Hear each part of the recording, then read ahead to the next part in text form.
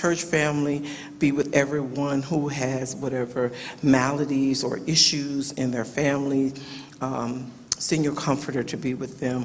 And if they're sick bed or in mental illness or whatever the issue may be, continue to bless us and keep us. Be with Pastor Newton and his family in a very special way.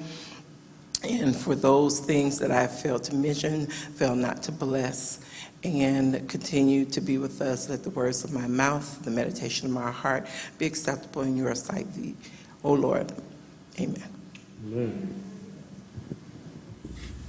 Good morning, family. Happy Sabbath. This morning I'm going to talk about how to care for a COVID patient. Now, I know the name COVID has taken many lives, and it's a very scary disease that we're all dealing with this pandemic. However, we can do it safely, even in your own home. As a nurse, I've cared for patients outside in their homes. I've gone to see them, and it's scary. However, you follow the protocol. There are rules, and you remember that, and you can stay safe. Now, I am going to just lay out to you what I did, because I was caught in a situation where I had to take care of a family member in my own home, and with the help of my husband, we were able to do it safely. And no one got it. And eventually, in about a week, 10 days, the individual was able to go and got a negative COVID test. So I'm telling you, God is still in the healing business, and He has given us a treatment that we can use, and we just have to follow it. Pray and trust Him. So before you even start your therapy, I encourage you, commit this treatment to God. Pray about it, ask for God's healing power, because you know what? He really wants to heal us. Now, you're going to start. You have this person in your home who is positive for COVID. So the first thing you want to do, talk about a confinement. They cannot mix with in the congregate living area. They will stay in their room, okay? You set up the room to make it comfortable for them. You can put in you want to make sure you have a mask. They have their mask. You can put paper towels, make sure there's enough water in the room. You can put a platter of fresh fruits, because that's a recommended diet, okay? And it will be good outside the door. You can put a small table, and on that table, you also have your mask. You have gloves, you put your disinfectant, your Lysol spray, hand sanitizer, because what we're thinking about is safety, safety, safety. Wash your hands before and after, okay? Now, let's talk about the diet. What are they going to eat? Recommended fresh fruit and vegetables. You want to avoid mucus-forming foods. Now, fruits are very high in vitamins, minerals, fiber, antioxidants, carbs, carbohydrates, and natural sugars, okay? So example, your blueberries, strawberries, blackberries, cantaloupe, watermelon, apples, grapes. Choose your preferences, all right? Sometimes can even, for variation, fruit smoothie, all right? And I recommend for the dinner, that's where you bring your vegetables in, all right? You can do a salad with your lettuce, spinach, tomatoes, onions, shredded carrots, cucumber, red, yellow, or green onion, red, yellow, or green peppers, and also onions. Very high in quercetin, you want to do that. And you may add or take away from that as needed. You can also do a vegetable broth, so you get something warm going down into your system. Just remember, avoid mucus-forming foods. The next thing that you have to really get plenty of, and that's water. Okay, so as a little rule, so you wonder, how much water do I really need? Example, you're going to use your body's weight. Example, you're 150 pounds, half your body's weight in ounces. So if you're 150 pounds, we're looking at 75 ounces. This water bottle contains about 16 ounces, so you may take 4 to 5 bottles of this if you are 150 pounds. That's throughout the day, all right? I believe that our food should be our medicine, and let your medicine be your food, all right? I have a recipe that I received from my godson. I call it the COVID elixir. And I'll just run over it. I will have it posted at the end of this video, so you can take a screenshot of it and you can have it for your own use. Okay, so we use a palm-sized aloe vera, 2 to 3 whole bulb garlic, not the cloves, a cup of chopped ginger, 1 purple onion, 6 lemons, juice, and you also want to use the peel also, okay? 2 to 3 cups of freshly squeezed pineapple juice. You put that through the juice extractor, and it's really, really sweet. Use a teaspoon of cayenne pepper, and about 3 ounces of honey, 3 ounces of juice from a papaya leaves. That's very high antiviral agent. And you want to blend your garlic, onion, lemon juice, blend everything together, liquefy it, okay? And then you store it in the refrigerator. So that is how I made it. It takes me about 3 hours to prepare, but I can tell you and assure you it works, okay? When you have that elixir completed, you give to that patient, or you 2 to 3, you want to do 1 teaspoon the first day, every 2 hours. On the second day, you increase to 2 teaspoons daily. Not daily, I'm sorry, 2 teaspoons every 2 hours. And on the third day, you're going to do 3 teaspoons every 2 hours as tolerated, and you continue with that. This elixir will help to build your immune system, break up the congestion in the lungs. The COVID virus has a high affinity for the lungs, and so you got to fight and stay ahead of the game. Natural immunity is more robust than any COVID variant. So if you have your immune system working, when you get exposed to the virus, it's going to be fighting against it. And then you have a battle. And keep doing the right things. And with God on your side, you can win that battle. Okay? Let's review the daily routine. This is what I did. The patient maintained confinement. They stayed in their room. When I go in to provide care, we both wore masks. Okay? Hand washing before and after. When I came out of the room, also my hand sanitizer. All right?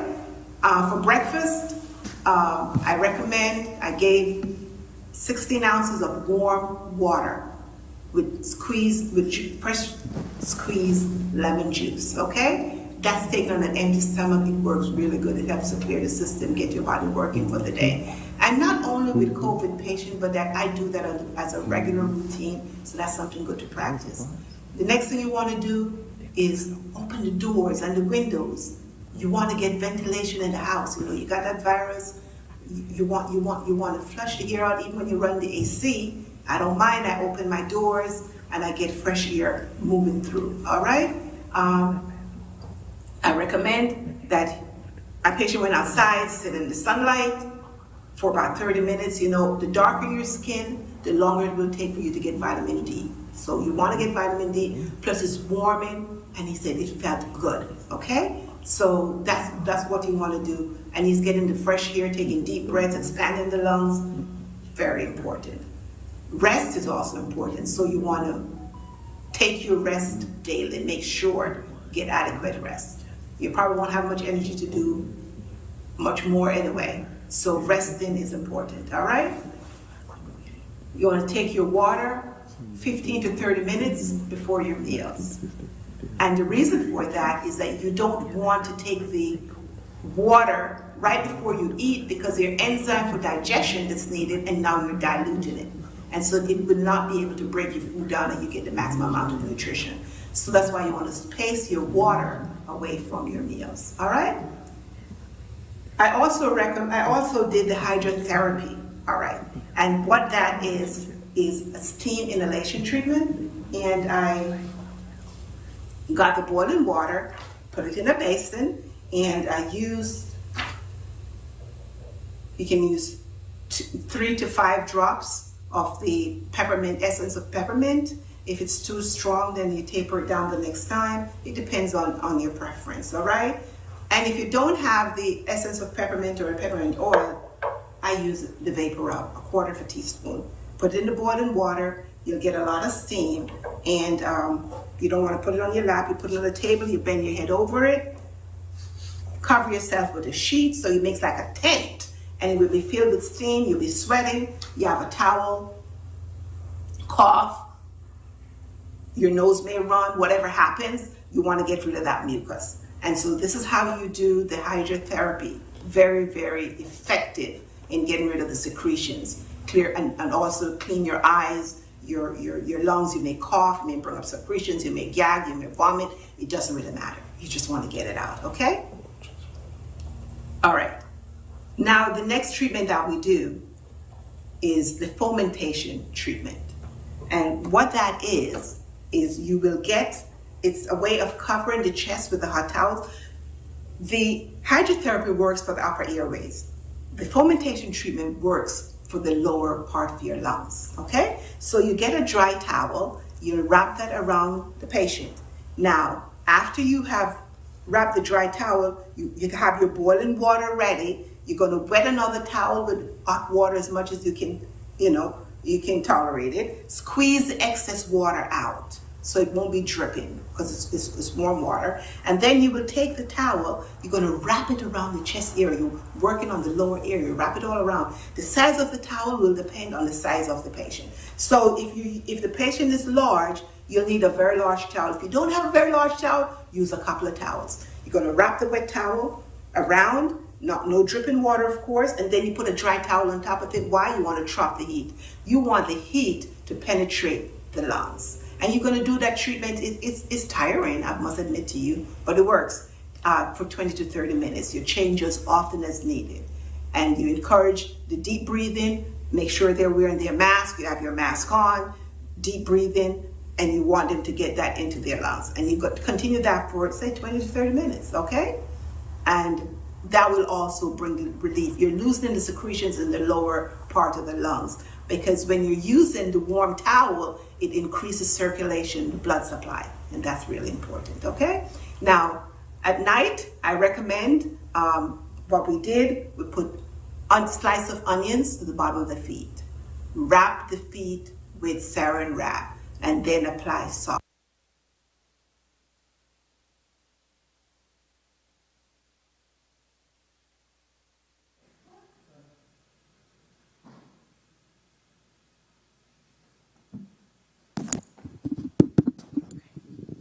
All righty.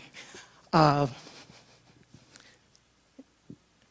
think that's it.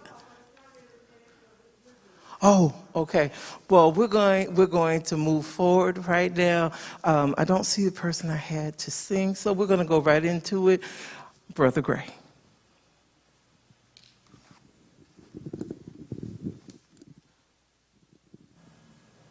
Check.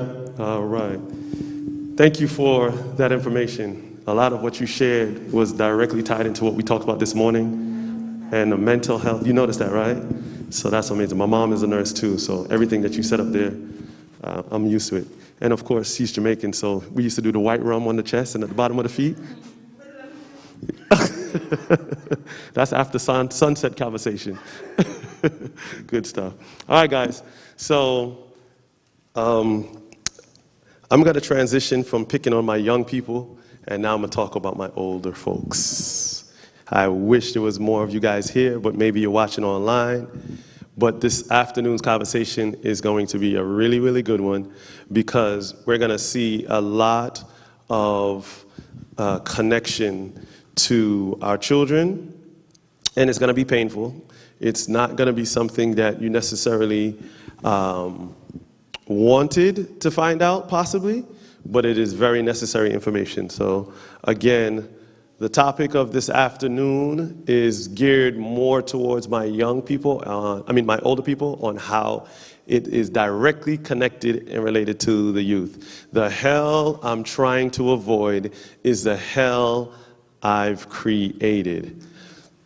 So let's get to these texts. The first one is Ephesians 6, verse 4. Fathers and mothers, do not provoke your children to anger, but bring them up in the discipline and instruction of the Lord. And Matthew 10:28, do not be afraid of those who kill the body, but cannot kill the soul. Rather, be afraid of the one who can destroy both the soul and the body in hell. So what's the difference between hell and hell? Because again, it's the hell I'm trying to avoid, is the hell that I've created. So let's get into it. So the hell I'm trying to avoid, obviously, it's a place regarded in various religious and spiritual realm of evil and suffering, often traditionally depicted as a place of spiritual fire beneath the earth where the wicked are punished after death. And then it's also used to express an annoyance or surprise or for emphasis. Has anyone ever heard or maybe even used the phrase, you put me through living hell? You ever heard that before? So when we say that, or when it's been said to us, that was figurative. However, our parents put us through literal hell. So again, when we use that as a phrase of pain or hurt, oh, you put me through living hell, we're talking about the agony, the frustration, the stress that has been put on us as the provider. But parents put kids through literal hell, and that's what we're going to talk about. The literal hell parents put kids through. So again, when parents say it to the kids, it's just a figure of speech. Parents actually put kids through hell. So the H, hereditary. Talked about this briefly this morning. The E is environment. The L is learned, and the last L is lifestyle. That was misspelled, of course. So hereditary. That's obviously mommy and daddy, clearly XY chromosomes. The child had no say. They had no vote. They had no right in what from the mom and what from the dad was placed into them. It just happens. That's why it's called hereditary. Then we have the environment. Once more, we talked about it a little earlier. That is where you were raised. The kids don't say, I want to live in this neighborhood. I don't want to live in that neighborhood. They don't get to say how the household should be run. That's the environment in which they were raised. Lifestyle, how are you living? What type of lifestyle are you living? What type of lifestyle are you promoting? And learned behavior. You are teaching your kids by virtue of what you do and what you don't do. So what you do, they're watching. What you don't do, they are also wondering and inquiring, and they are finding out a way to get their needs met in their creative ways that young people do. So this is where the transition takes place. Again, it would be definitely more instrumental if more adults were here today to get the parenting styles, but we're going to work with what we got. How do you parent? What type of parent are you? Do you find yourself saying and doing exactly what your parents said and did and you swore you would never do? What do your kids say about you behind your back? So let me ask you a question, night nurse. They don't know about that. What type of parent are you? Are you a parent that you allow your children free will to share their views and opinions with you? Or are you one where what you say is what they do and not much room for discussion? What would you say? Well, they're all adults now. In terms of how you felt your delivery was? What I did was I allowed them to express themselves. Good. What about you? What type of parent were you? More of a dictator? You tell them how it's going to be, and this is your house, and this is your rule, or free will where they're able to be a little bit flexible? 50-50. All right, and that's honest. What type of parent are you?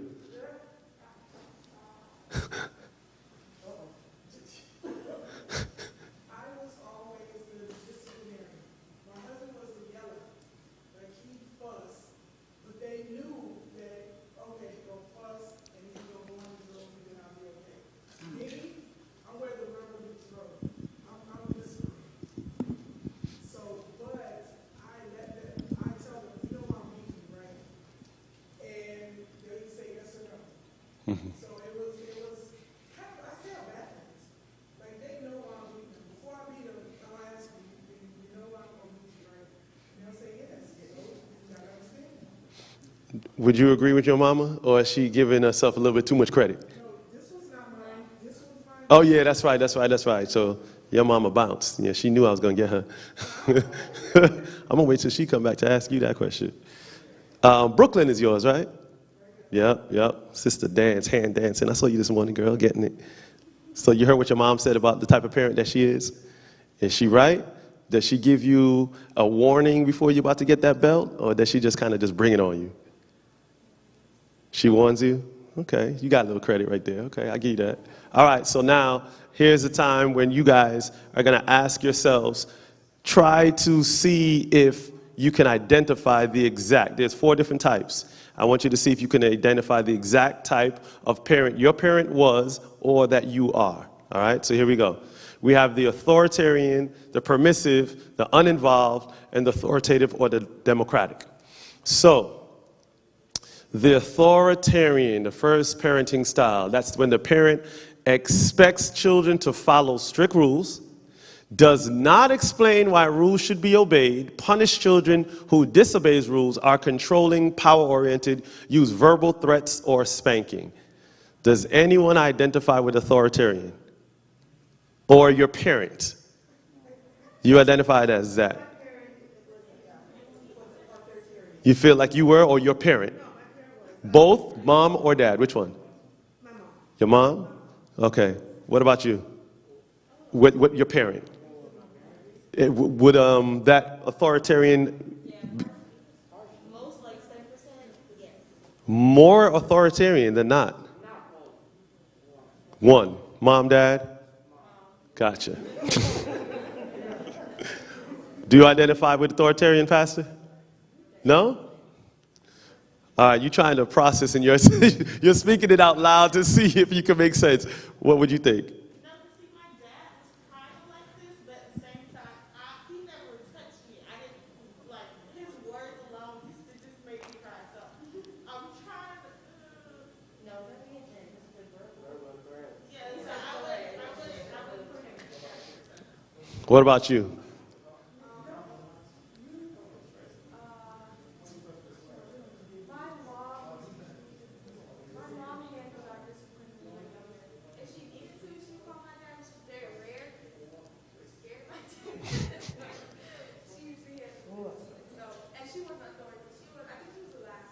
Okay. How about you? You and I were talking about earlier your mom. What type of, you didn't really, was raised too much around her, so it's hard for you to identify?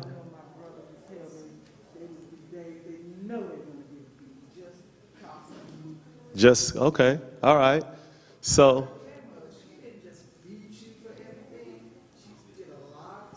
a lot of talking. So here are the effects of authoritarian parent. Parenting styles of the authoritarian.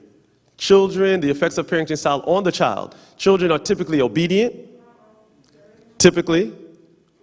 Now remember, obedience follows 2 paths, choice or fear.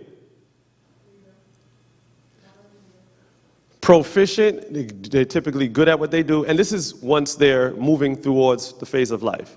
So you got to kind of gauge to see if they're going to get there, right? All right. They perform worse academically. They appear insecure. May view parent as the enemy. They may be confused about what is right, what is wrong.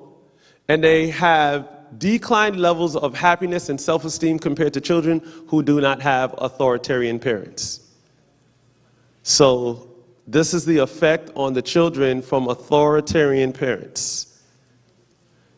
Permissive. You had something to say? You wanted to say something? Huh? No, we can go back because we're talking about the type of parent that you are. Would you consider yourself to be authoritarian? No, that's not you? Okay. So how about permissive? This is what the parent has. They have no firm rules and extremely lenient. Accept child as who she is or who he is. Discipline, love through praise and affection. Child can do no wrong. Communicates and nurtures child. Acts more like a friend than a parent. I heard someone say that's Caucasian parents. Cut it out. Stop it. Stop it. Leave Johnny alone. So we have no permissive parents in here? No? What? No? What? Not even, no?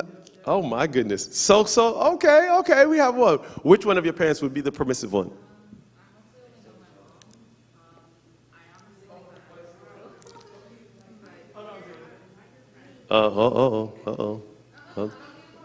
Yes, we gotta. They want to record you. See this had some input. All right, so go ahead. It's not on, sis. All right, there you go. I think that kind of a little bit of this. I feel like I was honestly allowed to do a lot of things, and I wasn't as disciplined as I should have probably been. And I got away with a lot of things. So now, without getting too deep and personal, because we don't want an individual therapy session at this time, but would you say that was because you and your parent didn't have a relationship where you lived with them throughout your entire childhood? Or you feel like it would have been the same regardless? Because typically what happens is parents try to be friends with their children. African-American parents or parents who are of different races tend to be, we don't want to do any type of stereotyping, but African-American parents typically tend to have the permissive style when they haven't been in their child's life throughout the course of birth to adulthood. So do you feel like that may have something to do with it? Yes. Or do you feel like it was just her style, period? I think it just had to do with presence, yeah. So the lack of presence made her want to give in more and let you do a little bit more. Maybe. It's a good point. Anyone else had a point about permissive? No. Yes. Can you give him the mic? That's just one aspect of it, because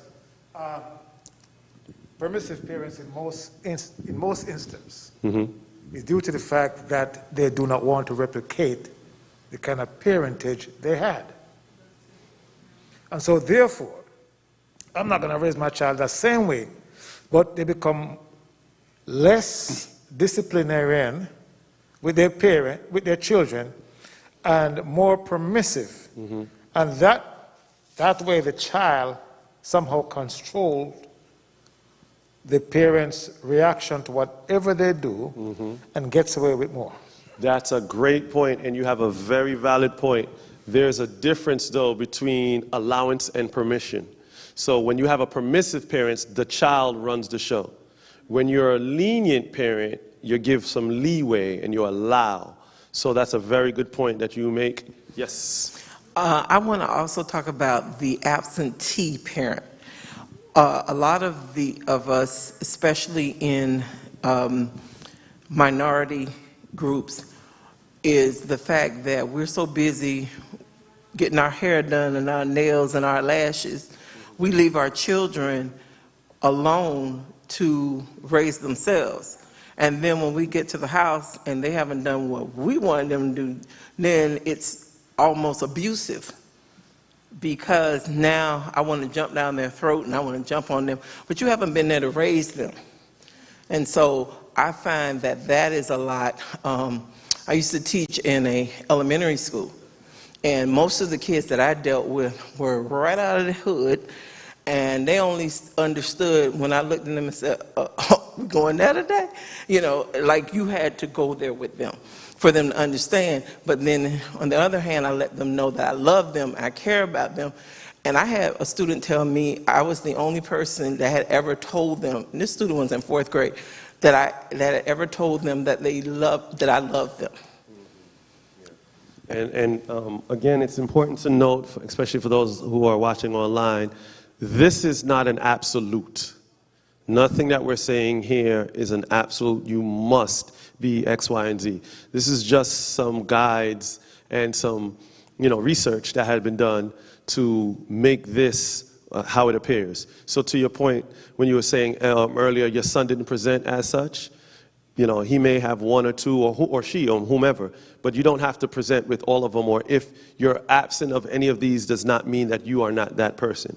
All right, so we just want to make that clear. But the permissive style parent, yes, you have something else. I'm sorry, I had someone ask me to say that they also have the parenting style, especially minority groups, because parents are working a lot, where the older sibling becomes the parent. Yep, that definitely happens a lot. So the effects of parenting style, of the permissive parenting style on the child, sometimes, again, it's not a totality, the child becomes dependent irresponsible, lacks self-control, immature, experiences problems with authority, experiences problems in schools, encountering more problems in relationships and social interactions, little or no regard for, or interests, beliefs, attitudes, or than themselves. They become self-centered. All right? And again, when you allow children to make a lot of choices and decisions at an early age, because again, we talked about how the brain doesn't really develop until around 25, 26, they, to that last point of being self-centered, everything is around them because for the most part, they have been doing things that benefit them for their survival.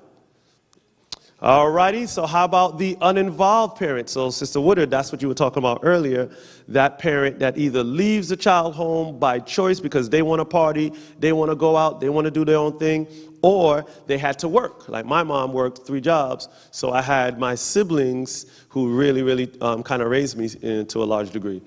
The parent, this is how the parent looks. They make few demands.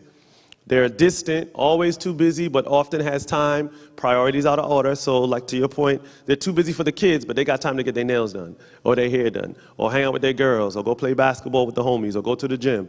So they're too busy for their kids, but when you call them or ask them to do something, they're the first one there. They assume child is okay and has it together, but most times does not, and they seek attention. And these are the children that are super overpressed. When you go to a party, that's the Adventist in the middle of the dance floor, whining the hardest.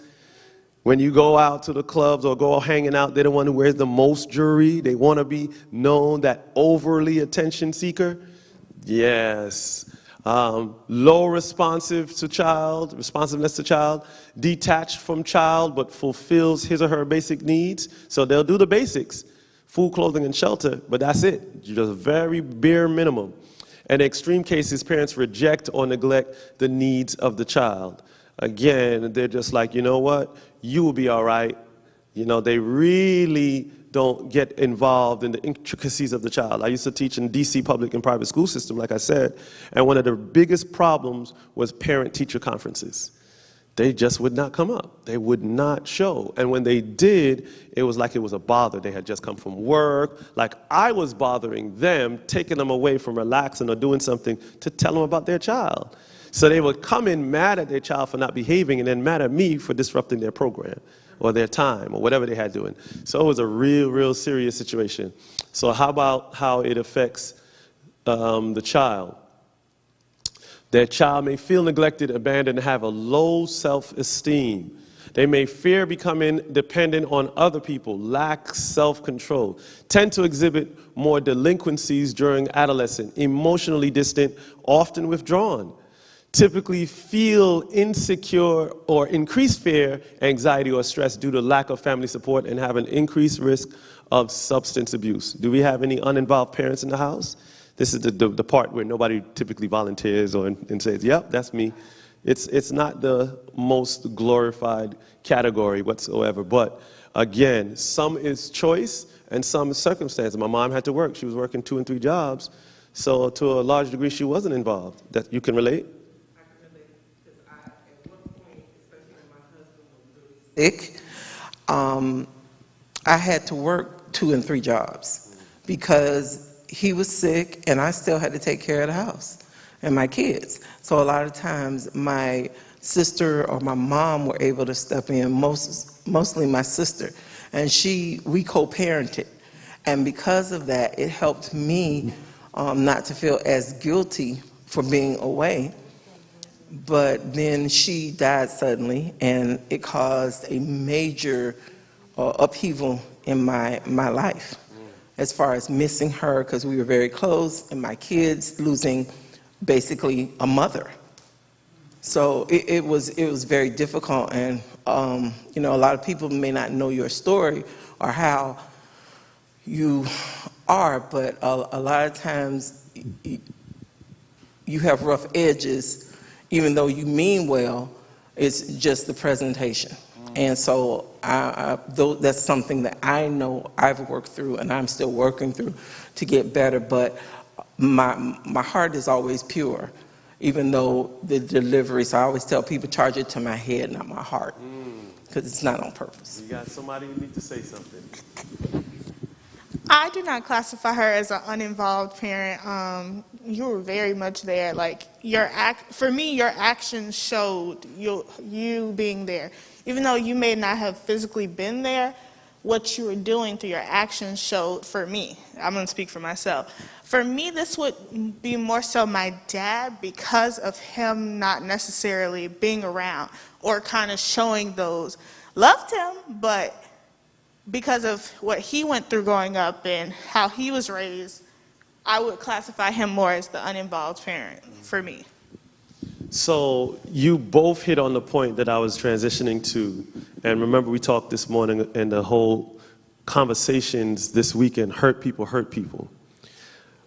Uninvolved parents are not always intentional. As a nurse, I'm certain that you understand how one's mental health really plays an effect on how we respond, relate, and react to people and circumstances and situations. My dad was an uninvolved dad, so similar to what someone raised earlier, he never told me that he loved me because his dad never told him that he loved him. And then we have hardcore Jamaican, Caribbean, let's just put it that way, who don't really say I love you much for whatever reason, for a twisted reason, especially the men. It's like you're soft if you tell your male child you love him. Like he would rarely tell my sister, but at least you would hear it from time to time. But for whatever reason, man to man is just like man a man. You know what I'm saying? Like they just find it real hard to just open up. Do you find that to be similar to your experience? What about you? Was that a similar experience for you, from your dad to you, or from you to your children? Give him the mic, please. He's about to go deep on me. My dad never said it. But you felt it. But there was no question that he loved me. How? How could you interpret without words that he loved you? Because some of us may need to know we struggle with that. Because of what he did for me and the way he cared for me. I was the kind of person that...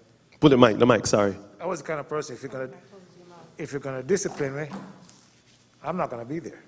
I'm gone. Because I'm gone to my grandfather or whatsoever. But my dad, he would not rest to know that I'm not at home. Oh, wow. So he tried to find me wherever I was. So he would literally go the extra mile to find you? Yes, he Wow. would.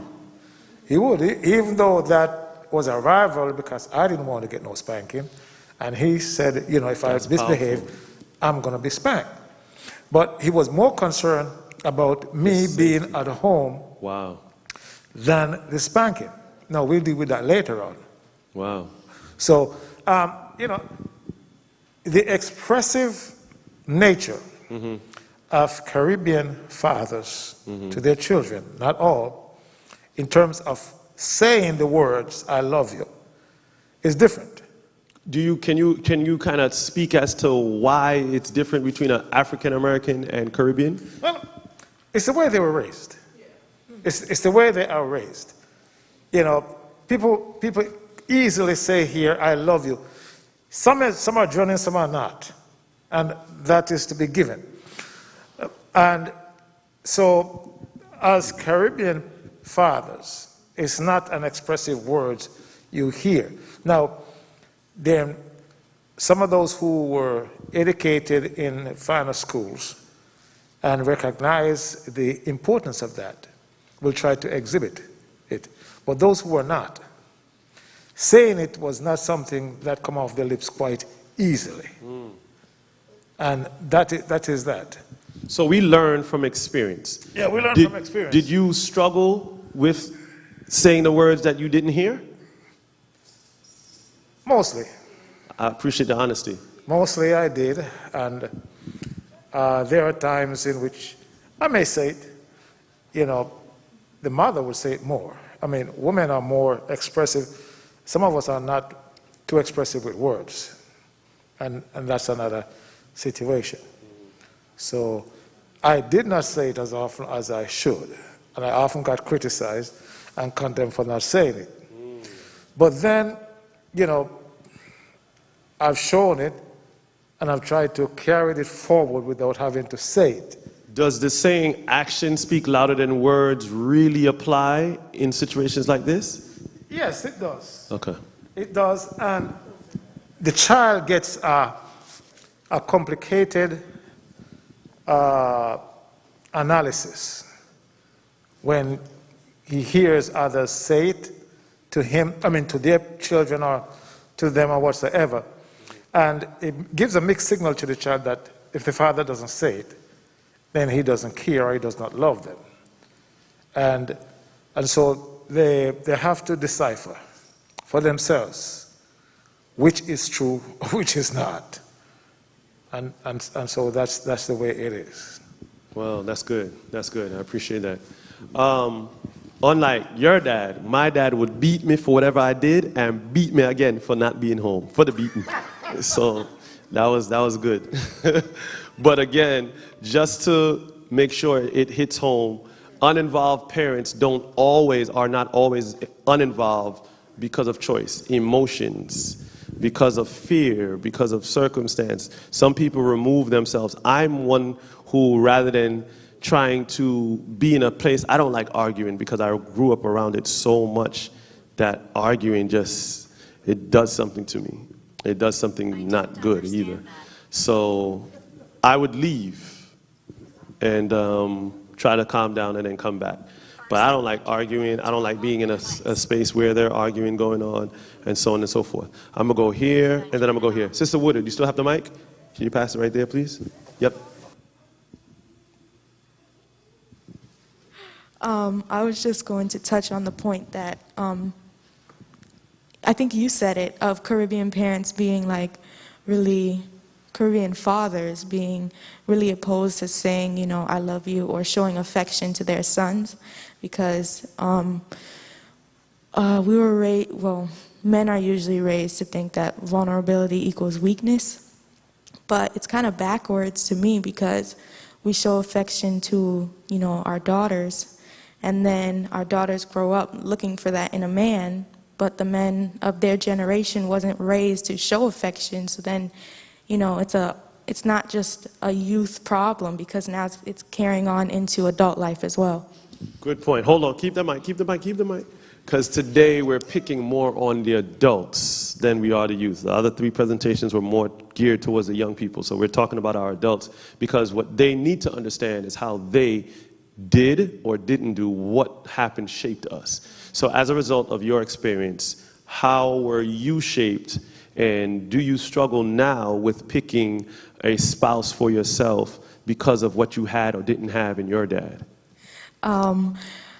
Yeah, well, I would say a lot of the girls of my generation, you would hear all the time, all the good ones are gone.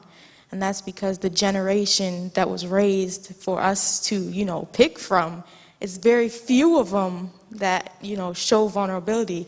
And, people talk about you when you look for someone older, but, that's the generation that's showing you this affection of what you need. Excuse me. So when you say older, how old are you? I'm 18 years old. So when you say older, you're talking about like 18 and a half, right? Sure. You're not talking about like 30? No. Okay, all right. You have to clarify, because remember, men typically are 2 years regressed from women. So at 18... that's another reason you would choose someone. Again, typically? No, literally. 10? The mental state Girl, of where men, you get your stats from? literally. Go ahead, say.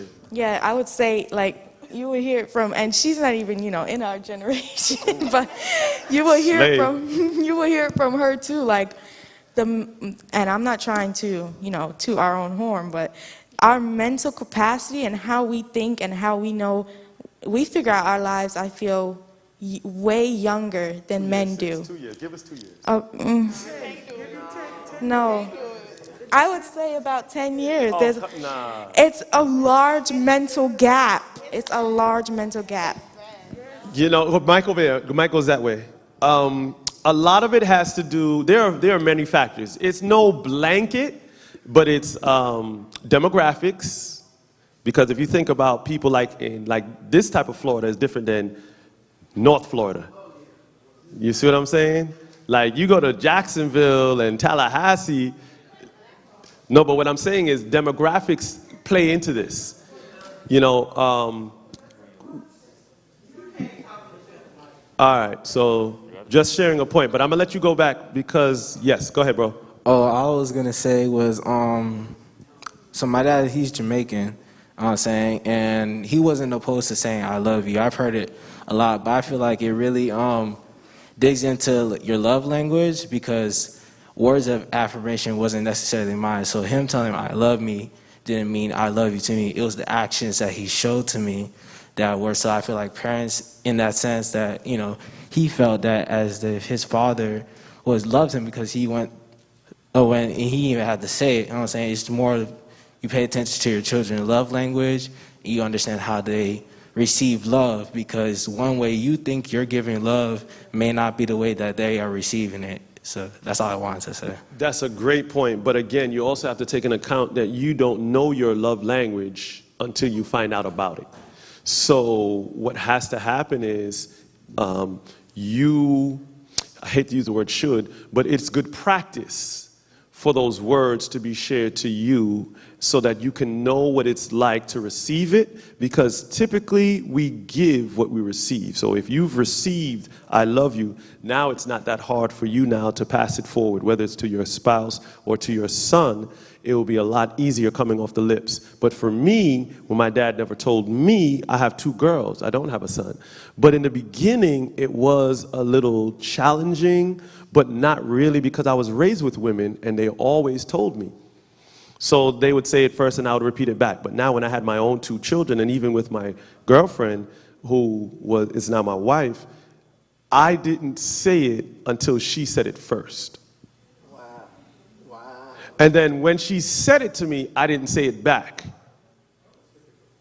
You say that's typical? Mike, I want them to record it. I know you're loud, but they're recording. So you say it's typical, and I'm going to allow you to expound. But here's, before you respond, 'cause I want you to also respond to mine. It is, but it isn't, because guys say it loosely in order to get a response from the women. So when you say it's typical, it's so-so, but I want you to explain. Not too many men will say to the lady, "I love you," at first. Most of them want to hear it first. Then they contemplate. And then probably a couple of days or sometime later on, they will express it when they are certainly that, yes, this year she said it, and I should have said it back. And they internalize what they hear, how they feel, and how they should respond. So that's a bit typical thing. Very few men will ever, right off the bat, tell a woman, "I love you." And if they do that, that's a different... See, nowadays, the game has changed. Well, that's my opinion. Yeah, and that's not only is it your opinion, it's your experience. Because my experience is similar to yours. Like, I grew up in a time that I would not say it first, but nowadays, guys are saying it, but they're not genuine. Right. There you go. Now, that's very true. And I'm going to say this before Toya said, in all of my relationships that I've had, even the ones that weren't even that serious, the men have always said "I love you" to me first. Mm-hmm. I've never said it to them first. And it might be, you know, just my experience, but my cousin, I hear my son, my cousin, you know, we were talking about it one day, and she had the same experience. And one thing about my upbringing, my mom and dad show a lot of affection to each other. And when I was coming up, my mom said when they first got married, my dad never said "I love you." And she said she had to help him to be able to express that. And my dad, all my growing up, he would come to us, give us big bear hugs, and be like, "I love you." And, you know, he's that person, and he's going to come and put his arms around you. That's just who my dad is for me. And so a man who couldn't have that kind of relationship with me, I don't want to use the word train. Yeah, I struggled saying it to my girlfriends, but to my kids it was easy for some reason. But like my husband was very much that person. But that's I know, exactly. that's what I'm saying. For some reason, for whatever reason, like, I struggled saying it to my They girlfriend. hold different meanings in your life. Your kid, regardless of, like I think guys these days, let me just touch on this. I think guys these days say I love you because they want something. Now, if you meet a guy and then 2 weeks he telling you he love you, listen here. Something's wrong. And I've looked at people and I've seen this thing where they're like, oh, I met this guy in 3 weeks and we're getting married next year. I think that I love you was because he was trying to get something. He had a goal, he accomplished it, and I doubt you're going to get married next year. But with the men not expressing the I love you, I think a lot of guys really don't experience genuine and true love. Like a mother and a son love is different than it would be a girlfriend and a boyfriend love. And there are some mothers that love their sons and will go to bat for their sons, but still will not tell their son, I love you. Like, it's not always just a woman. There's some women out there that do not tell their sons they love them. But if their son go rob the 7-Eleven, they'll go hide him out in the basement, and that's their form of love towards their child. And they son know that they're not going to hear that I love you, but they know their mom's going to have their back. So it just depends on, and I wouldn't even say it was how you raised. I think that's internal. It's a number of different reasons. It's a number of different reasons. Isn't that That's enabling? It is enabling. It is a form of enabling. For me, I feel like the sense of like I love yous and stuff is affected based on your experience through life. For me, because my experience through life when it comes to men, I have to see your actions. You could tell me I love you all day. I'm gonna be like, okay. Mm-hmm.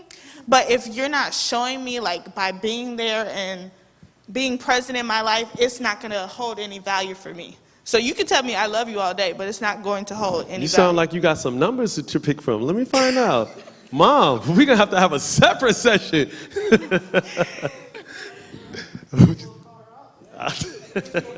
Say what? Yeah. I would like to hear from the peanut gallery up top. Andre, Colby. I can say something. All right, let's hear it. Let's hear it. I feel like, I'm not going to say all men, but we genuinely stay away from it because of feelings involved. Like, women have an outlet to speak to other women about certain things when they get hurt, and men don't. We don't have a friend group where we can go to and be like, bro, I'm hurt. My feelings are hurt from this girl. They're going to look at you and tell you, bro, tighten up. You know, it's not the same. So when we in pain from a heartbreak or something, we just have to deal with it. We already don't know how to express our feelings. It is true. You come and talk to me about it. Ma. So you have a great point, and he's actually correct. It's not until you realize that you're a real man where you can go to another man. Real men cry. Real men share. I went to Oakwood in '93, and since 1997 till this day, me and my boys, we text every single day. Now, I'm not talking about every other day or every other week. Every single day. Since 1997 to present. Every day. So we share vulnerabilities. You know, we talk about marriages. We talk about our kids. You see what I'm saying? So when you become, you're what, maybe 25 right now? So when you begin to get into yourself and understand who you are and really begin to develop, you understand what it means to be a man in all senses of the word, you have no problem be like, yo, Mom, what's Brother Ray's number? I got to holler at him. You have no problem with that. So it just takes growth. There's just a little bit more growth that has to take place. And you really don't have a lot of real experiences to draw from, in my humble opinion, where it comes to you really, really being in love. Because you're not supposed to fall in love. You're supposed to grow in love. Because if you fall in, you can fall out. Okay. But there's no such thing as reverse growth. So you grow in love. You don't fall in love. And that's the problem. Cats nowadays, they falling in love, and that's why you falling out. When was the last time you heard someone say, yo, I grew out of love with this person? That don't happen. So that's why you're supposed to be friends first. Because with friends, there is no impression. You're not trying to do anything special for this individual to gain any type of special benefit. You're being genuine and being real. My wife now was my homegirl at Oakwood. So we go way back. See, so we are, we're Jamaican. So in Jamaica, you don't really do adoption. You have a kid or a child, you can't raise it, you bring it to a neighbor, or you bring it to a family member. In the U.S., you do adoption. You go to court, you send your child to another family. You don't really do that in the Caribbean a lot. So my wife's dad was raised by my family. So she grew up calling my blood cousins her cousins. So fast forward to high school, she was shy, my locker mate was shy. I had no interest in her, so I hooked the two of them up and they dated. She left New York, moved to Florida, and years went by. We both went to Oakwood together. I'm a year older than her. We were at Oakwood, and I was like, Tanya, what up? She didn't remember me. She didn't remember me. I don't know how you can forget me. But I felt sorry for her, so I married her. Let me stop. Delete that. But we were homies. We were real friends. I'm so strong in taking care of the people in my life, especially the women, because again, one of the things that I was raised as a Caribbean young man was you protect your own. So at 14, I had a job, and I would bring my check to my mom. She would take out my tithes and offering and give me what she thought I needed for spending and then save the rest. When I left for Oakwood at 17, she gave me all that money that she had taken. So otherwise, I would have spent it. I wasn't responsible. I wasn't of the mind. So when it was time for me to go to Oakwood at 17, she told me I wasn't ready. I didn't know what she meant, but she was talking about me being a man and being able to stand on my own too. Despite the fact that I had a job, there were certain things. I was cooking at the age of 10. I was in the kitchen because remember my dad was around, but he wasn't a part of my life.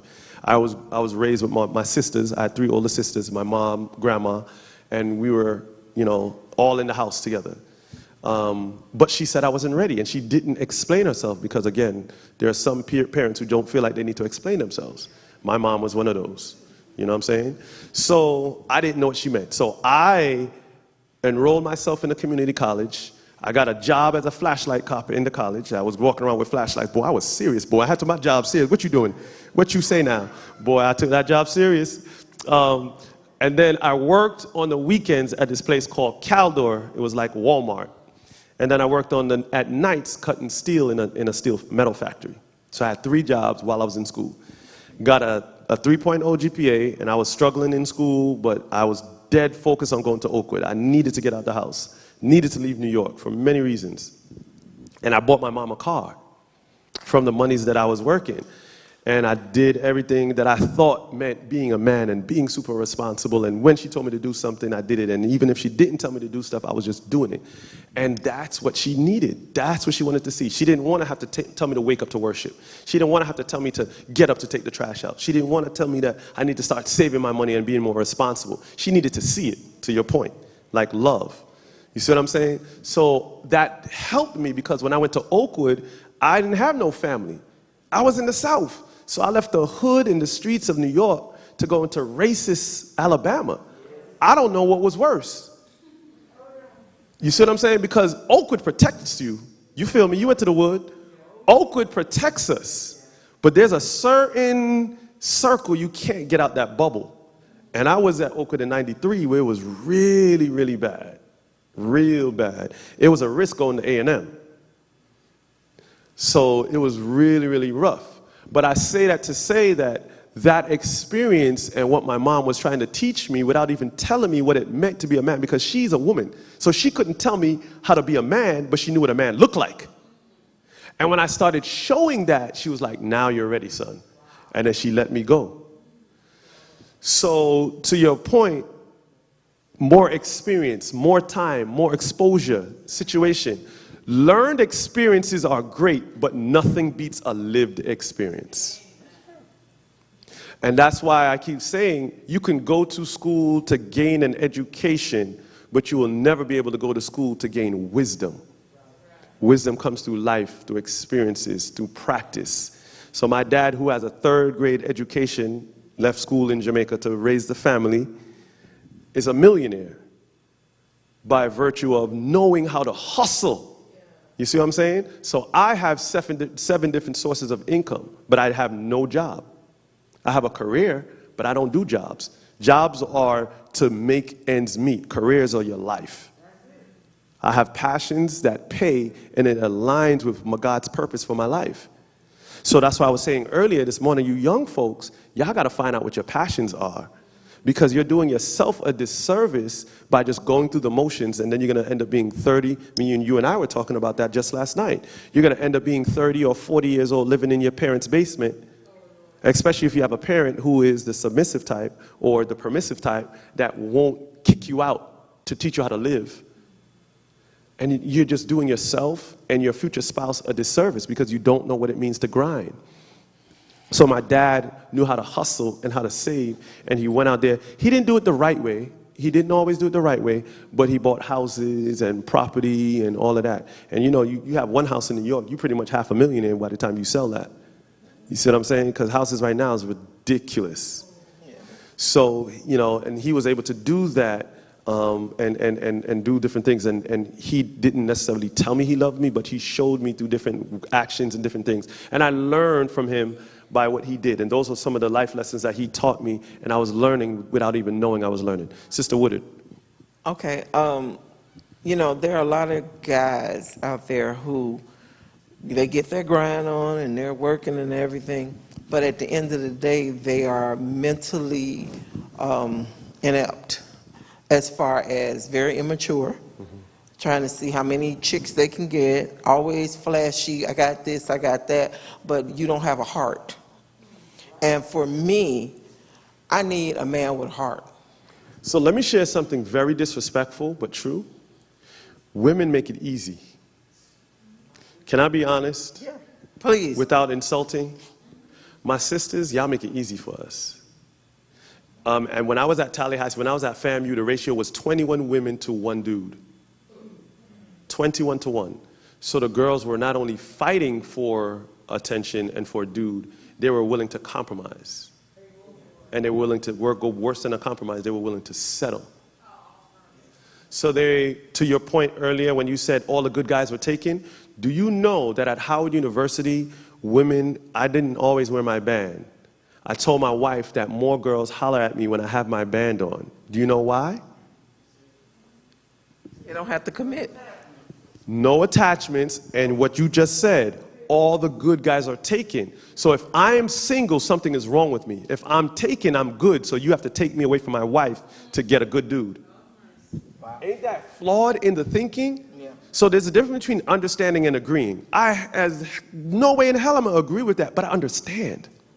I understand the twisted thinking in these silly cats out here who are single, they're about game. I ain't about that. I need me an older man who's a focus, and since they're all gone, don't clap yet, because they was hollering at poor me. a brother who's married. I don't want that extra stress in my life. Have y'all seen Chocolate City? Y'all see what's going on in D.C.? The sisters, even the brothers are beautiful.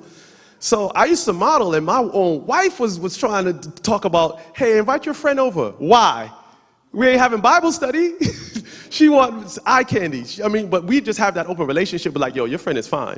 And I'm like, cool, you know what I'm saying? I don't care, because I would rather you tell me openly than you be like, look over there, and then you sneak in that. So, so be real with us. We're human, you know what I'm saying? And again, the Bible says don't lust, because once you lust, you've already committed sin in your heart.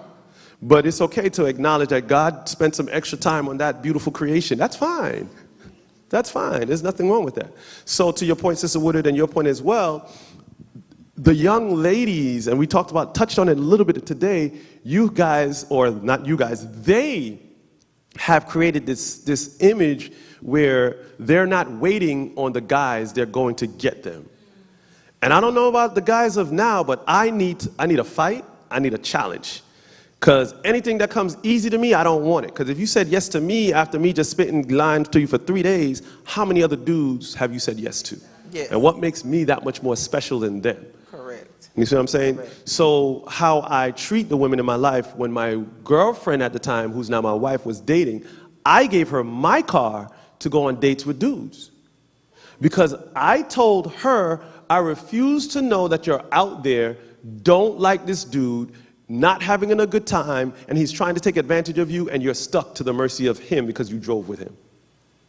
So I gave her my car, but I remember she was a homie. I didn't like her, she didn't like me, but I needed to know you were safe, and this is in the 90s when we didn't have cell phones. So I said, you drive your little happy behind there, and drive your happy behind home on your terms. So that's the type of dude that I was with those women, that I really, really took care of them, and any family member, but especially the sisters in my life. I wanted to make sure that they were cool.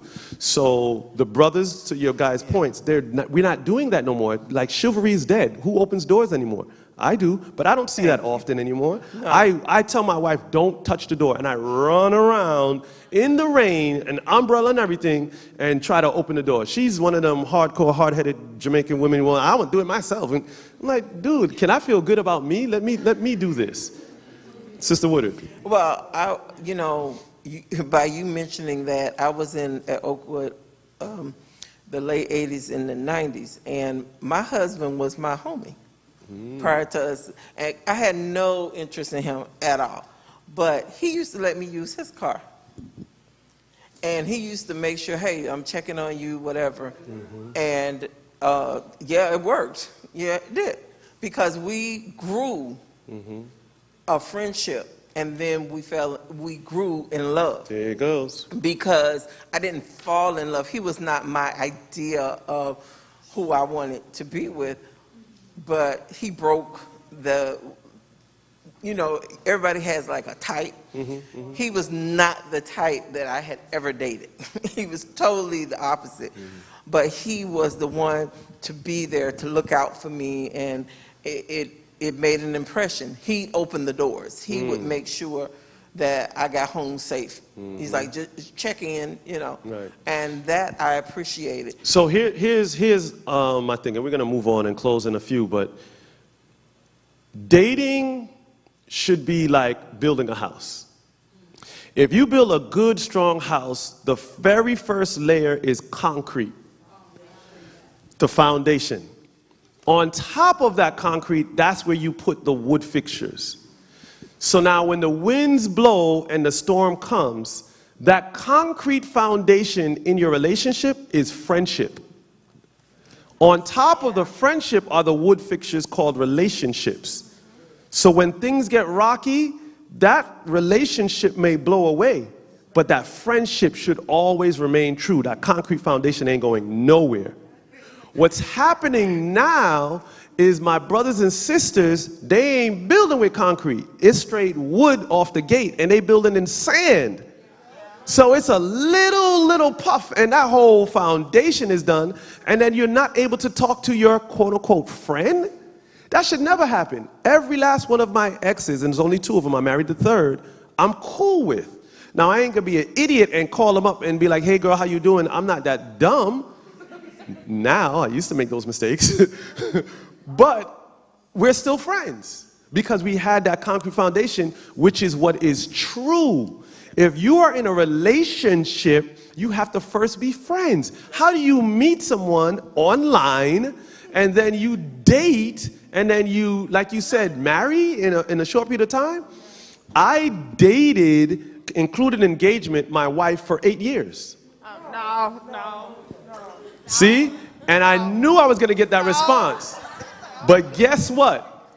Hear the end of the story. It's not about the process, it's about the outcome. Would you be willing to wait for a man who revered you second to none? Would you be willing to wait 8 years for a man that's going to take care of you, and he didn't only say it, he showed it. Took care of all her bills, bought her a car. She didn't have to pay a dime. I'm talking about a brother who was hold on, don't say a word, at Oakwood, 3 jobs, and in school, so I can take care of me and my future wife. I told her every single day, you ain't going nowhere, you're mine. I spoke it into existence. Will you be willing to wait 8 years? Yeah. My father told me, do not marry and work things out and then marry. So yes, it took me 8 years, but we've been together for 27.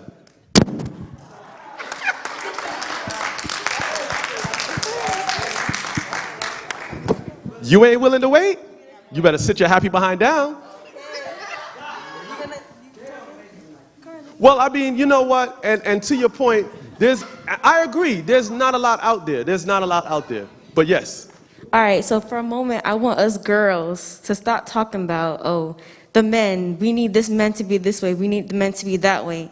Let's take a step back, understand that obviously guys take a longer time to get themselves together because at the end of the day, the responsibility is going to be on them. They're going to have to hold the weight for the whole family. And yes, we have the girls who are independent, but most girls want a guy who can do it all. They can help out, but they want a man who knows they can do it all. So yes, even though we're young, we're thinking, oh my gosh, we want to get married, we want to have kids at a certain age. We have to just take time and be like, okay, all right, so the men who are coming to us right now, is they really what we want right now? We have to go ahead and slow our thinking, slow our roll, be able to see, man, okay, he's got potential. Let me stay with him. Let me work with him. And let me grow with him so that we can eventually get what we want in the end.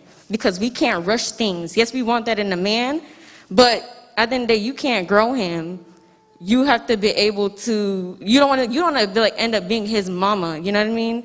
You want to be able to be like, okay, you know, I see he got him and he got us, and we can work on that together. That's what I got to say. Good point.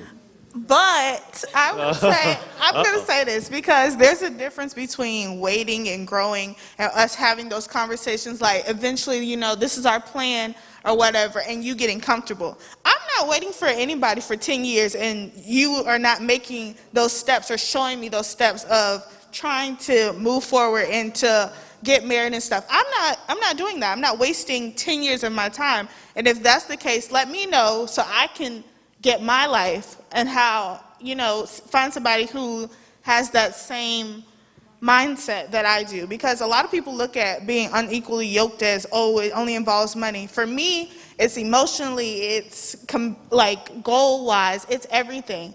And I think, but you were right when you were saying like nowadays we don't focus on trying to build that friendship level. They just hop into a relationship and they don't know anything about each other, and then they wonder why it fails and, oh, I hate you, and going back and forth. And I don't know, I don't know when we lost that touch of tradition as far as getting to know each other, but I do think we have to draw a line as far as growing and getting to know each other, and you dragging your feet and just stuck in one place and not willing to progress forward.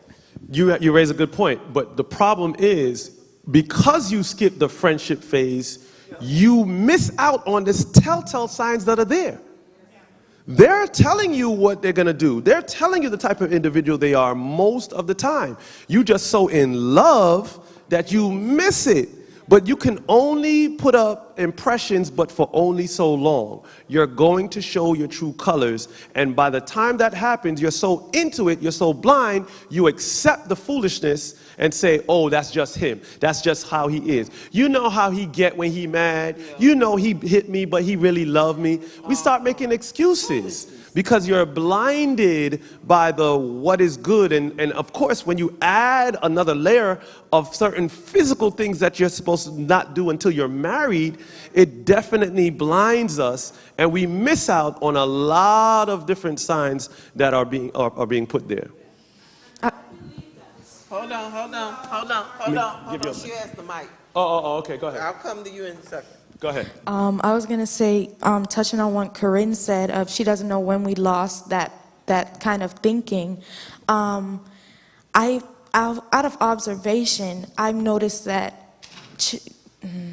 children with older parents tend to think more like that. Like, I feel like that's the older way of thinking. And we were just blessed to have the parents that are, older. And my parents are, 15 years apart. And I've lived with them, my whole life. And out of observation, I see they're very compatible. So, and I'm just blessed to have, an older parent, which would be my dad. My mom's the younger parent because they're 15 years apart. But having my dad has, made me still have that mindset of what to expect from men. So now it makes sense, because remember, Sister Wooden and I'll give her mine since I'm closer. We were saying how there's a number of different experiences that shape us. And you just spoke to one of those is your environment, how you were raised and what you see. And what shaped you was you seeing your dad, which is why it makes sense for you now to say that you feel like guys are 10 years removed when your parents are 15 years apart. So I would assume that you're probably attracted to guys that's older than you. I am. But just don't go 15 years right now. No, sir. I just wanted to say that one of the main ingredients in the foundation is the spiritual aspect of that life. You know, if we are not spiritually connected, then the Holy Spirit, you know, won't be able to work with you. You know, you have to be spiritually connected, and, you know, the Holy Spirit will say, well, you know, have you thought about that, or have you thought about this? And, you know, and so on and so forth. I think we also are in a hip-hop kind of, everybody thinks that the videos are life. Everybody's trying to emulate the foolishness that they see on camera. I was telling my daughter, there was this video playing of, what's that woman's name? She used to be a stripper, and everybody now wants to follow her or her foolishness and how she refers to herself in negative terms.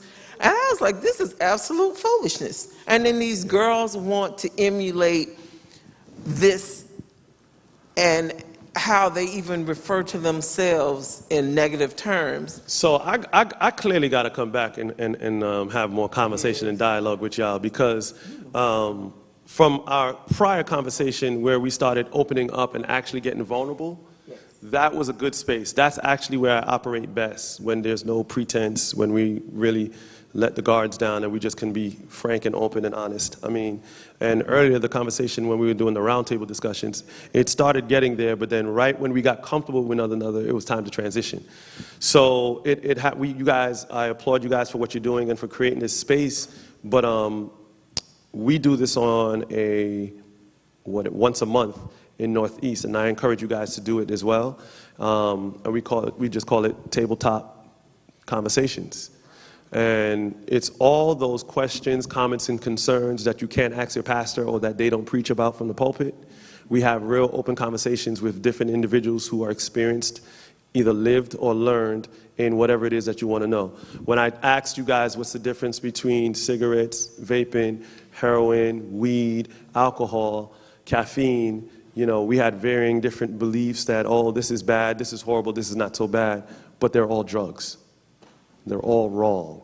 You can't say I can drink coffee, but I won't smoke weed. They're all wrong in the sight of God. Since when did we scale sins? Since when can I have oral sex, but I won't allow him to penetrate, and that be okay? Since when is that a thing? It's wrong.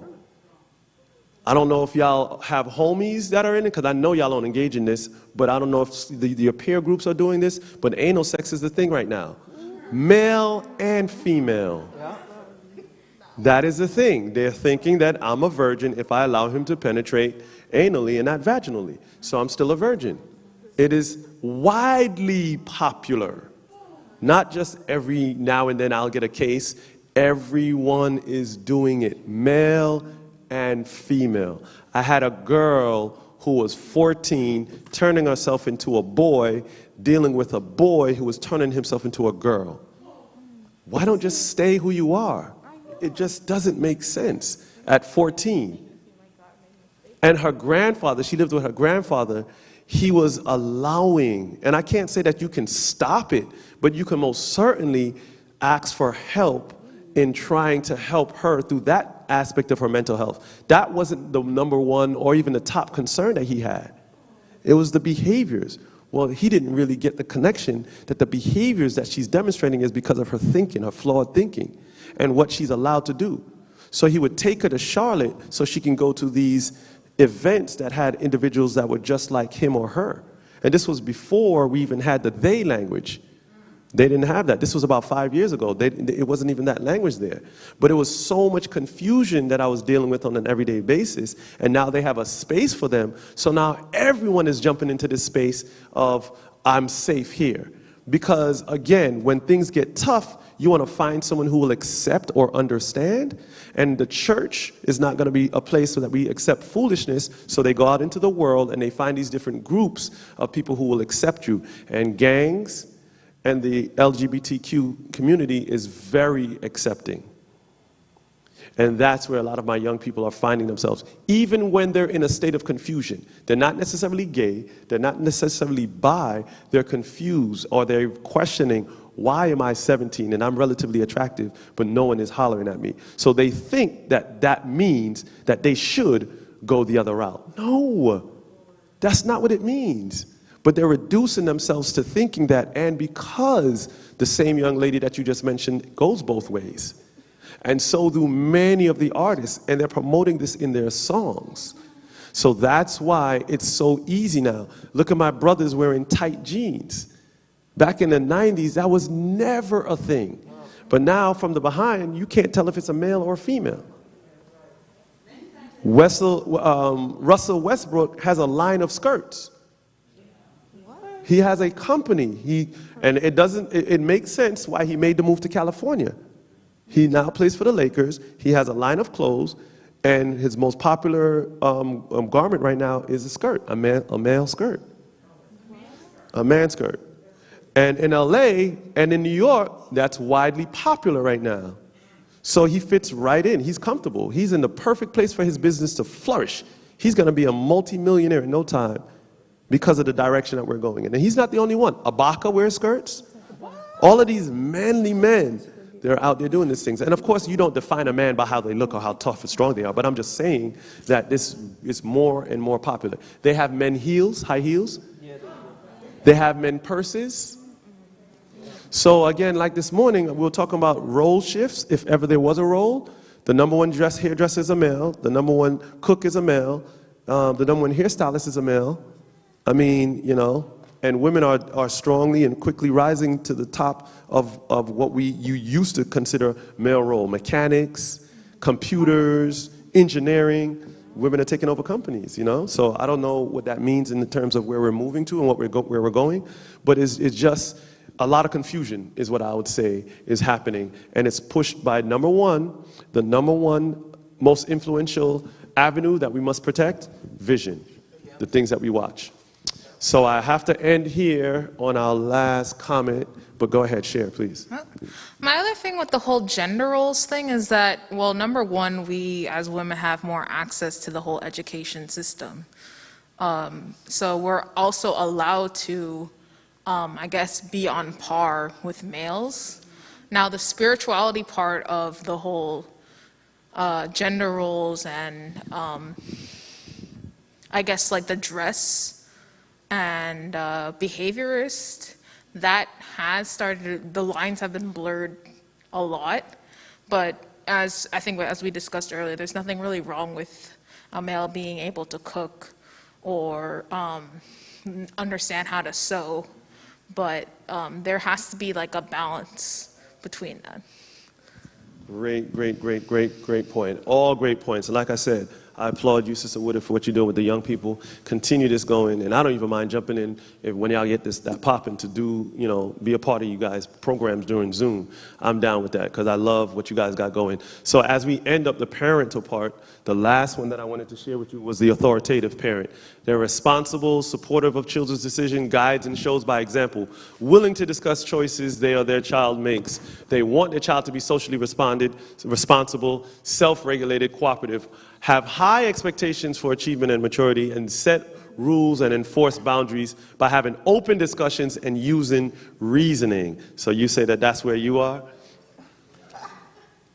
How about the effects of that parenting style? Good decision makers, achieve a higher academic success, independent but seeks help when needed, confident, can come off cocky or better than or arrogant sometimes, They are right in their minds, hard to convince otherwise. They listen, but slow to change.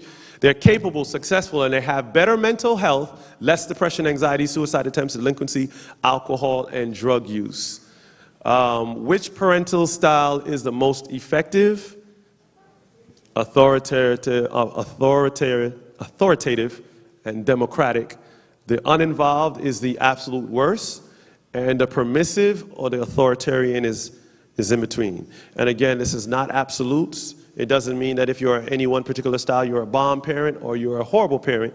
It just is a benchmark by which we gauge how we're responding and how our children are responding to us. So there is my presentation on the hell that I've created, is the hell I'm trying to avoid.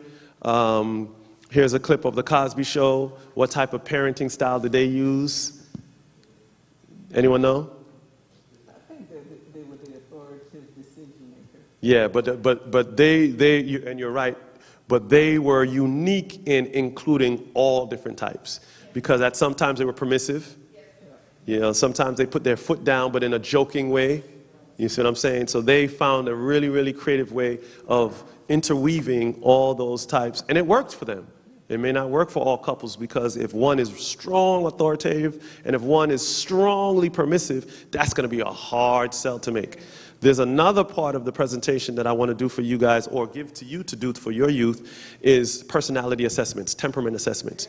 You need to know who you are, because oftentimes when you guys are getting into the world of working and into dating, there are certain personalities that clash, and there are certain personalities and temperament that complement each other. But if you don't know who you are, you won't know who you're opposed to. Have you ever been in a room or met someone and you don't know them from Adam, but you just get a wrong feeling, be like, yo, I don't like them? It's not that you don't like the person, but the Bible talks about your fruits, right? It's that fruit, it's that person's spirit, it's the temperament that don't rub the right way. Melancholics and phlegmatics bump heads. You see what I'm saying? So there's and this might be foreign language, but there's several out there, but the one that I use is the sanguine, phlegmatic, choleric, and sanguine, phlegmatic, choleric, and melancholic.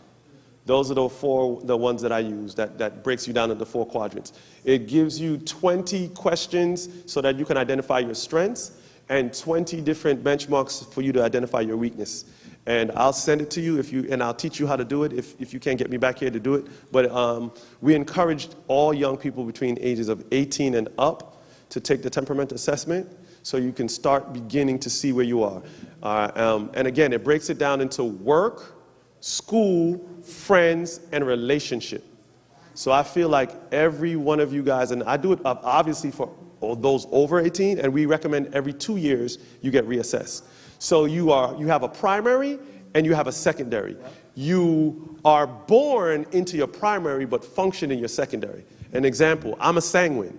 So by nature, I have a bubbly personality. That's just who God made me. However, when I was a teacher, I was a sanguine choleric. I had to be bossy. So I had to stand up there and demand the attention and respect from the kids in the class, especially because I was teaching in D.C. And we had to throw hands in my classroom sometimes. But now that I'm a therapist, I'm still sanguine primary, but my role has changed. I'm a therapist. I have to shut up and listen. I can't boss anybody around. So now I'm sanguine phlegmatic. So my secondary has changed. My primary is still me. I'm to my core, Ray Gray, who I am. That will never change. But the role that I'm in, when you're single, your secondary can be one way. You're super independent or you're super permissive. But when you get married, you have to take into account the person that you now have in your life. You can't be that same person. So your roles will change, and that's why we encourage every 2 years to be reassessed. So again, I will teach you how to take the test, or I will do it for you. It is a very long process, but I've done it before on Zoom, and everyone needs to get it, young and old. If you don't know who you are, you will never know who you are opposed to. And not only that, you can't help someone if you're still hurt. It's like 2 blind people crossing the street. Who's going to be in front? You see what I'm saying? So you have to be, and again, you're not responsible for that which you do not know. So the mistakes that you're making now, you can get away with it. But once Sister Woodard tells you about yourself, once I identify what your weaknesses are, what the issues are within yourself, and you've heard, you can't claim ignorance any longer. You're now responsible. Love you guys. Had a wonderful weekend. Thank you for all you guys have done and all you continue to do. Continue to keep the good work. Thank you so much, Brother Gray, for coming, for educating us, and I hope that everyone who was in attendance learned a lot. I know I learned a lot, and I'm always open to learning more about being better. And everyone out there who joined us online, thank you for supporting. Brother Gray has a website. I wanted to hit the website up. What is it? I don't have my phone with me. Let me see. It's the greyhoundgroup.com, GRAYHOUND, greyhoundgroup.com.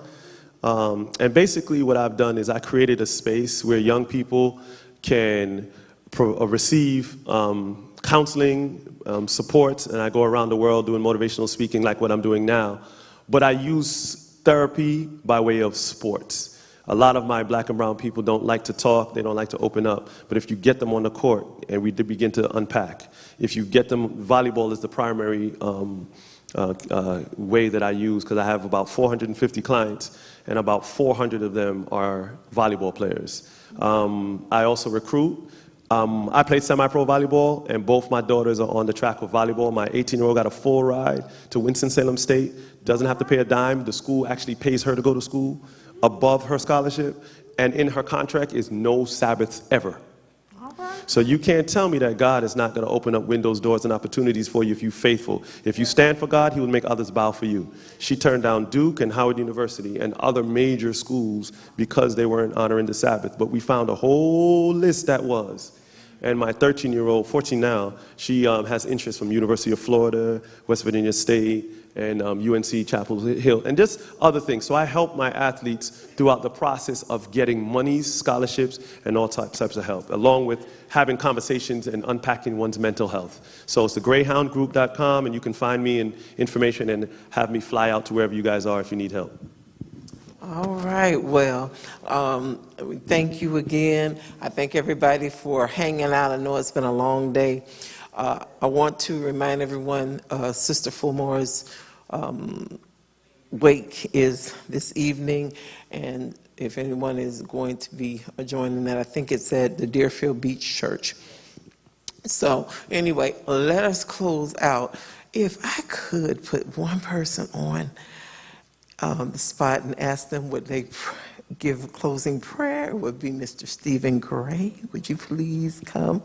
Might as well keep the Gray going today. If you would. And thank you. And remember, we are on Let's Get Real, talking about real issues on generally every second and fourth Sabbath evening. All right, everybody bow heads and close your eyes for prayer. Dear Heavenly Father, thank you for this day. Thank you for bringing us all here together in order to learn more about ourselves and the environments we live in and just how to better ourselves. I ask that we take something from this and help it to better ourselves as we grow. In Jesus' name I pray, amen. Thank you. You are now excused. Have a great evening. Bye. Oh, please remember we have snacks in the hallway. Please feel free to grab and take it with you.